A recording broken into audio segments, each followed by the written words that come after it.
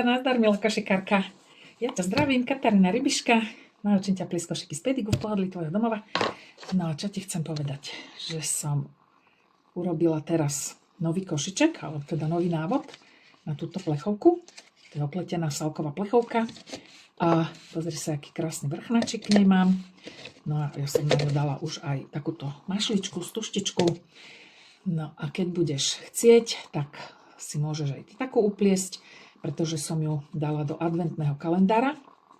A v adventnom kalendári budeme mať potvorené niektoré z tých okienok, teraz si z pamäti hlavy rýchlosti neviem, že ktoré okienko, číslo, aké tam bude. V podstate len viem to, že keď je 10., tak je otvorené 10. okienko, a keď je 14., bude otvorené 14. okienko a bude sa tam dať si vytvoriť rôzne košičky z Pedigu alebo rôzne projekty z Pedigu, pretože pletenie a tvorenie rukami uzdravuje dušu, je to relax, radosť a pohoda, je to nádherná tvorivá činnosť, vďaka ktorej zastavíš čas, rozbehneš ruky a vieš si urobiť krásne dekorácie na vianočný stôl. Takže ty si môžeš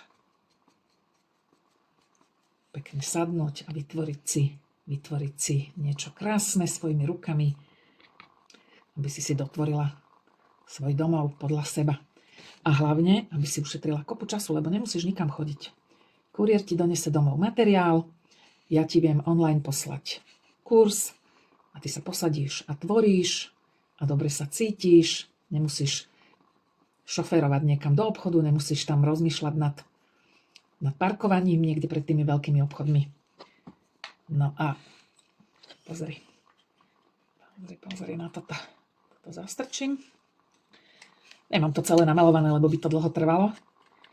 Ja si to potom domalujem, ale ty, keď budeš mať tiež takéhoto sobika, tak si potom môžeš zobrať takto servitky, položiť medzi to, dať na stôl a mať nádherne naservírovaný stôl.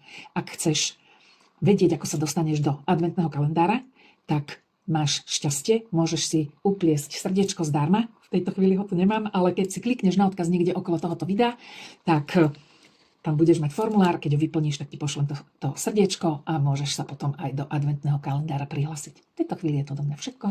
Je sa krásne a do pletenia takýchto krásnych košičkov alebo do pripravovania a robenia takýchto krásnych stojanov na servitky. Do pletenia.